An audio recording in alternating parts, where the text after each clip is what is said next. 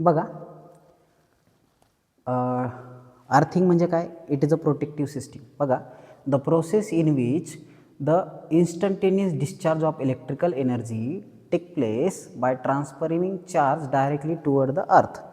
म्हणजे electricity direct जमिनीमध्ये discharge करण्याची जी प्रोसेस आहे त्याला आपण अर्थिंग म्हणतो. तर याच्यामध्ये दोन टाईपचे अर्थिंग पॉप्युलर आहेत, प्लेट टाईप ऑफ अर्थिंग आणि पाईप टाईप ऑफ अर्थिंग.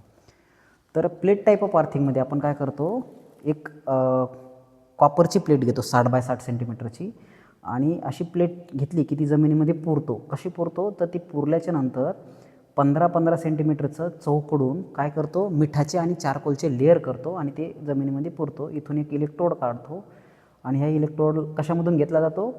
एक GIच्या पाईपमधून घेतला जातो. त्याची जी जाडी आहे ती 12.5 mmचा पाईप असतो आणि तिथून हे कंडक्टर काढलं जातं. तर हे अर्थिंग कंडक्टर आहे. ओके, आता हे एक असं RCCचं कन्स्ट्रक्शन बनवा, सिमेंट कॉन्क्रीटचं, आणि इथं काय करायचं, एक फनेल तयार करायचं आहे. असं 30 बाय 30 सेंटीमीटरचा असं एक बॉक्स तयार करायचा आहे आणि इथून असा पाईप याच्यातून काढायचा. 19 mmचा पाईप आहे आणि इथून पाणी सोडायचं आहे. ज्यावेळेस याची हे ड्राय होत चालेल उन्हाळ्याच्या दिवसात, त्यावेळेस पाणी सोडायचं आहे. म्हणजे हे मिठाचं आणि चारकोलचं लेअर आहे, दगडी कोळसा आणि मीठ तर आहेच, वरून पाणी सोडलं की हे काय होईल, ओलं होईल. ओलं झालं की त्याची कंडक्टिव्हिटी वाढते. कंडक्टिव्हिटी वाढली की आपल्याला सेफ्टी चांगली मिळते. तर ही आहे तुमची प्लेट टाईप ऑफ अर्थिंग. दुसरी पाईप टाईप ऑफ अर्थिंग. या पाईप टाईप ऑफ अर्थिंगमध्ये काय, परत याच टाईपचं एक 30 बाय 30चा 1 फूट रुंद 1 फूट खोल अशा पद्धतीचा खड्डा खोदून एक RCCचं काय करायचं आहे, सिमेंट, वाळू आणि खडी याचा मिक्सअप करून एक स्ट्रक्चर बनवायचं आहे आणि इथून एक फनेल तयार करायचं आहे. त्या फनेलमधून एक असा पाईप गाडायचा आहे आणि हा 38 mmचा मोठा पाईप घ्यायचा आणि त्याच्यामध्ये 12 mmचा छिद्र पाडायचे 15-15 सेंटीमीटरला.